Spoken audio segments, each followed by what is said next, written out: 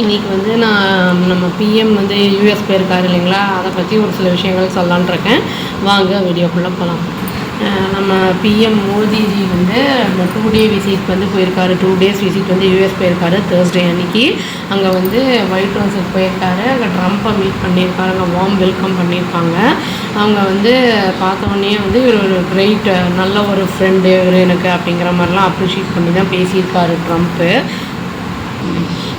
நம்ம பிஎம்முமே வந்து அவரை வந்து கங்க்ராச்சுலேட் பண்ணியிருக்காரு. இதை 2வது தடவையாக திரும்பி வந்து அவர் வந்து பிரசிடெண்ட்டாக வந்து எலெக்ட் ஆனதில் அவரை வந்து சூஸ் பண்ணியிருக்காங்க இல்லையா லீடராக, அதில் வந்து அவர் வந்து ரொம்ப ஹாப்பி அப்படிங்கிற மாதிரி பேசியிருந்தார்.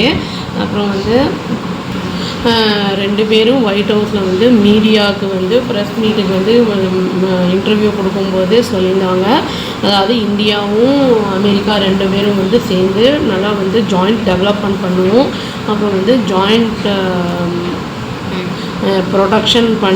ஜாயிண்ட் ப்ரொடக்ஷன் பண்ணுவோம். அப்புறம் வந்து அந்த டெக்னாலஜி ட்ரான்ஸ்ஃபர் இதெல்லாம் வந்து செய்வோம் அப்படின்னு சொன்னாங்க. அப்போ இந்தியாவும் அமெரிக்காவும் சேர்ந்து அந்த மாதிரி பண்ணும்போது வந்து நம்ம வேர்ல்டில் வந்து நிறைய சேஞ்சஸ் பெட்டர் ஆகிறதுக்கான சான்சஸ் நிறைய இருக்குது அப்படிங்கிற மாதிரி சொல்லியிருக்காங்க. நிறைய பிஸ்னஸ் டீல்ஸும் வந்து பேசியிருக்காங்க.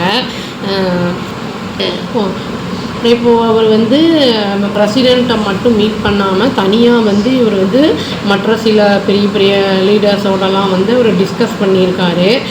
அதாவது வந்து டைரக்டர் ஆஃப் நேஷ்னல் இன்டெலிஜென்ஸ் அவங்களோட, அதாவது துளசி அப்படிங்கிறவங்களோட, அப்புறம் ராமசாமி, அப்புறம் வேறு ஒருத்தரோட கூட வந்து அவர் வந்து நிறைய டிஸ்கஸ்லாம் பண்ணியிருக்காரு. இதில் வந்து நம்ம இந்தியாவை பற்றி நிறைய வந்து பாசிட்டிவாக பேசியிருக்காங்க அப்படிங்கிற மாதிரி தான் நியூஸில் போட்டிருந்தாங்க. இந்தியன்ஸ் எல்லாம் டிபோர்ட் பண்ணிகிட்டு இருக்காங்க இல்லைங்களா, அதாவது அமெரிக்காவிலேருந்து இல்லீகல் இமிக்ரெண்ட்ஸ் எல்லாரையும், அதை பற்றியுமே வந்து மோடிஜி வந்து பேசியிருக்காரு.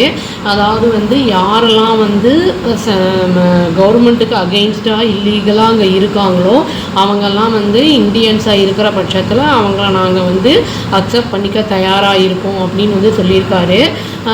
அது வந்து அக்செப்ட் பண்ணிக்கிறோன்னா அவங்களுக்கும் வந்து அவங்க இந்தியன்ஸ் அப்படிங்கிறதுக்கான ப்ரூஃப், அங்கே வந்து இருக்கிறதுக்கான ப்ரூஃப் வந்து எல்லாத்தையும் காமிக்கணும். அதுக்கப்புறம் தான் அவங்க வந்து அதை அக்செப்ட் பண்ணிப்பாங்க.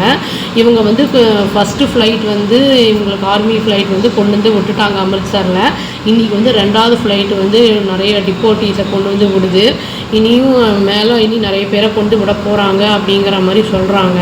அவங்களுக்கெல்லாம் வந்து அந்தந்த ஸ்டேட்டில் இருக்கிறவங்களுக்கு வந்து அந்த இல்லீகலாக போனவங்க எல்லாருக்குமே வந்து எம்ப்ளாய்மெண்ட்டெல்லாம் என்ன பண்ண போகிறாங்க ஏது பண்ண போகிறாங்கலாம் ஒன்றும் தெரியல. அது மேலேயும் நியூஸ் வந்ததுன்னா தெரியும். அங்கே வந்து இவங்க பண்ணுற இப்போ டிப்போர்ட்டேஷனில் வந்து அவங்க இந்தியாவுடைய ஃபுல் கோஆப்ரேஷனும் இருக்கும், இல்லீகல் இமிக்ரெண்ட்ஸை வந்து அனுப்புகிற பட்சத்தில் ஃபுல் கோஆப்ரேஷனும் இருக்கும் அப்படிங்கிற மாதிரி தான் வந்து நம்ம பிரைம் மினிஸ்டர் சொல்லியிருக்காரு.